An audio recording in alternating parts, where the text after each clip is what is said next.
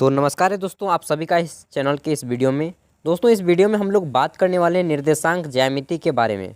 निर्देशांक ज्यामिति जिसे आप इंग्लिश में कोऑर्डिनेट ज्योमेट्री कहते हैं। ठीक, यह जो चैप्टर है आपका मुख्य रूप से क्लास 9 का है, लेकिन यह क्लास 9 के साथ साथ जितने भी 10th लेवल के एग्ज़ाम होते हैं नौकरी के, ठीक ना, ग्रेड 4th ग्रेड में, ग्रुप डी लेवल के पोस्ट में, उन सभी में पूछा जाता है अक्सर।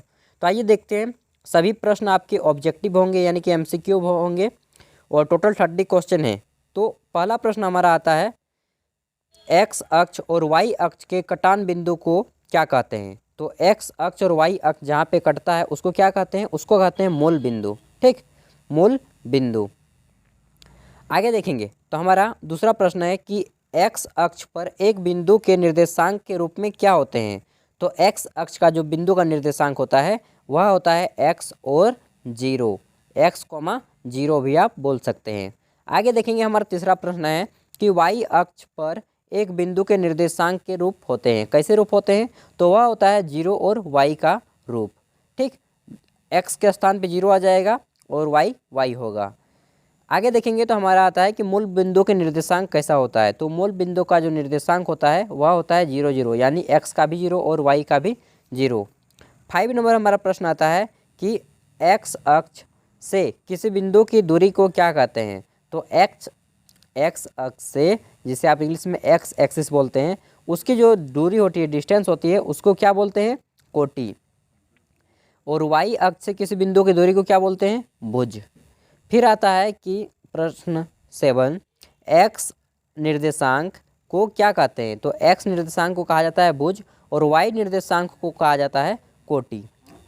नेक्स्ट आता है कि निर्देशांक 2, -3 का भुज क्या है? तो पहले वाले को भुज कहते हैं, तो इसका भुज हो जाएगा 2, और इस साइड वाले को कोटि कहते हैं। ठीक ना, यानी कि इसका कोटि हो गया -3।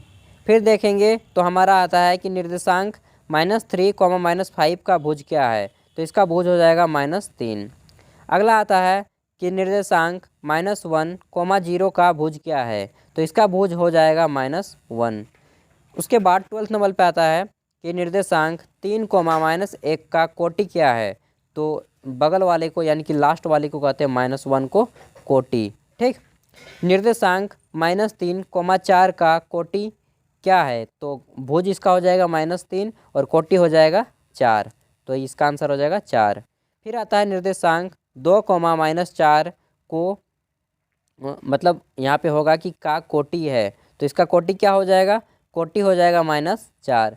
निर्देशांक 5, -4 का कोटि क्या है? तो इसका भी कोटि हो जाएगा -4। अंतिम वाला कोटि और पहला वाला भुज होता है। ठीक, उसके बाद हमारा 16 नंबर क्वेश्चन आता है कि बिंदु -3, -5 किस चतुर्थांश में स्थित है? तो देखिए, आपको चारों चतुर्थांश का मान याद रखना है। पहला हो जाता है आपका प्लस प्लस, अभी सब रिविजन हो जाएगा। तो यह जो आता है आपका, यानी कि माइनस माइनस, यह किस चतुर्थांश का होता है? यह होता है आपका तृतीयक चतुर्थांश, यानी कि जो तीसरा घर होता है, तीसरा चतुर्थांश, उसे ही बोला जाता है माइनस माइनस। आगे देखेंगे तो हमारा आता है कि बिंदु 1, 2 यानी कि प्लस प्लस किस चतुर्थांश में स्थित है? तो यह प्रथम चतुर्थांश में स्थित होता है, प्लस प्लस। अगला है कि 3, -1 यानी कि प्लस माइनस किस चतुर्थांश में स्थित है? तो प्लस माइनस आपका चतुर्थ चतुर्थांश में स्थित होता है, यानी कि एक्स का प्लस और वाई का माइनस।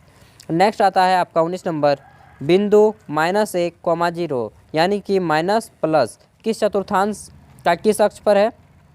तो यह आ जाएगा आपका एक्स अक्ष पे। ठीक, एक्स अक्ष पे एक्स का मान क्या है? माइनस है, और वाई जो है इसमें 0 है। नेक्स्ट आता है हमारा बिंदु 0, 4 किस चतुर्थांश या किस अक्ष पर होगा? तो ये देखिए 0 यानी कि आपका ये आ गया वाई अक्ष पर। ठीक, वाई के चौथे पे आ जाएगा। नेक्स्ट आता है यहाँ पे, अब आपके ग्राफ के क्वेश्चन आएंगे। तो यहाँ पे पूछा जा रहा है कि बिंदु 2, -5 किस चतुर्थांश में स्थित है? तो ये जो हो गया प्लस, यानी कि 2 प्लस में है और -5 माइनस में है। तो प्लस माइनस किस चतुर्थांश में होता है? ये होता है आपका चतुर्थ चतुर्थांश में।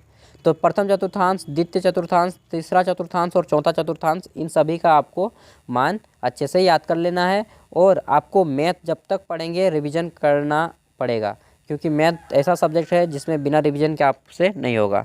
ठीक, तो रिवीजन करना पड़ेगा।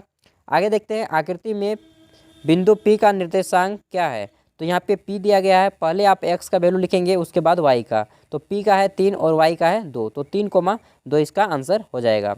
फिर आता है आकृति A का निर्देशांक क्या है। तो आकृति A का निर्देशांक हो जाएगा 4,3। ठीक, 4,3। नेक्स्ट आता है आपका बिंदु B का निर्देशांक क्या है। तो बिंदु B का निर्देशांक क्या होगा यहाँ पे, ये देखिए पहले आता है आपका x 3 है और y -2 है, तो 3,-2 इसका आंसर हो जाएगा। फिर आता है आपका बिंदु C का निर्देशांक क्या है। तो बिंदु C का निर्देशांक क्या हो जाएगा, -5 x का है और y का, देखिए x को आप पहले लिखेंगे उसके बाद y को लिखेंगे, तो -5,2 ये नंबर। 26 नंबर आता है आपका आकृति 3,1 के निर्देशांक कौन सा बिंदु। तो देखिए 3 x का 3 है और y का -1 है, तो देखिए यहाँ पे कि x का 3 प्लस में है, तो यहाँ पे देखिए x का 3 ये है और y का -1, तो ये जो D है इसको निर्देशित कर रहा है। आगे देखेंगे तो हमारा आता है आकृति में 2, -4 का निर्देशांक बिंदु कौन सा है। तो x का 2 और y का -4, x का 2 देखिए प्लस में है, तो ये आ जाएगा प्लस में इधर, और y का -4, तो ये आ जाएगा A। इसके बाद आता है हमारा दोस्तों 28 नंबर। तो आकृति -2,4 का निर्देशांक कौन सा बिंदु प्रदर्शित कर रहा है। तो x का है -2 और y का है 4, तो देखिए x का -2 और y का 4, ये बिंदु C इसका निर्देशित कर रहा है। नेक्स्ट आता है हमारा 29 नंबर क्वेश्चन, जो कि अंतिम और लास्ट प्रश्न है, इसके बाद वीडियो ऑफ होगी। तो हमारा यहाँ पे आता है कि आकृति -3, -5 का निर्देशांक को कौन सा बिंदु प्रदर्शित करता है। तो इसका उत्तर हो जाएगा -3, -5, यानी कि यहाँ पे देखिए x का भी माइनस है और y का भी माइनस है, तो ये आ जाएगा आपका तीसरे चतुर्थांश में। जब भी ऐसा आता है तो आप यहाँ पे देखिए तीसरे चतुर्थांश में B है, तो इसका उत्तर हो जाएगा B। तो दोस्तों इस वीडियो में बस इतना ही। अगर आप किसी अन्य सब्जेक्ट का देखना है और किसी भी सब्जेक्ट का 6 to 12th graduation, MA, PG, PhD तक का आपको यहाँ पे क्वेश्चन पेपर और उनके क्वेश्चन मिल जाएंगे। और साथ ही आप जितने भी कॉम्पिटिटिव एग्ज़ाम होते हैं, चाहे रेलवे से लेकर IAS तक के सभी, PCS लेवल तक के सभी के, आपको इस चैनल पे क्वेश्चन पेपर मिल जाएंगे, तो आप उससे भी बड़ी आसानी से देख सकते हैं। उसके लिए क्या करना होगा, प्लेलिस्ट में जाना होगा, वहाँ पे आप जिसको पसंद आए उसको देखिए। तो चलिए फिर मिलते हैं एक नेक्स्ट वीडियो के साथ। अगर आपका कोई दोस्त पढ़ाई कर रहा हो तो उन तक भी वीडियो को शेयर कर दीजिएगा। Thank you for watching this video. Bye bye and take care.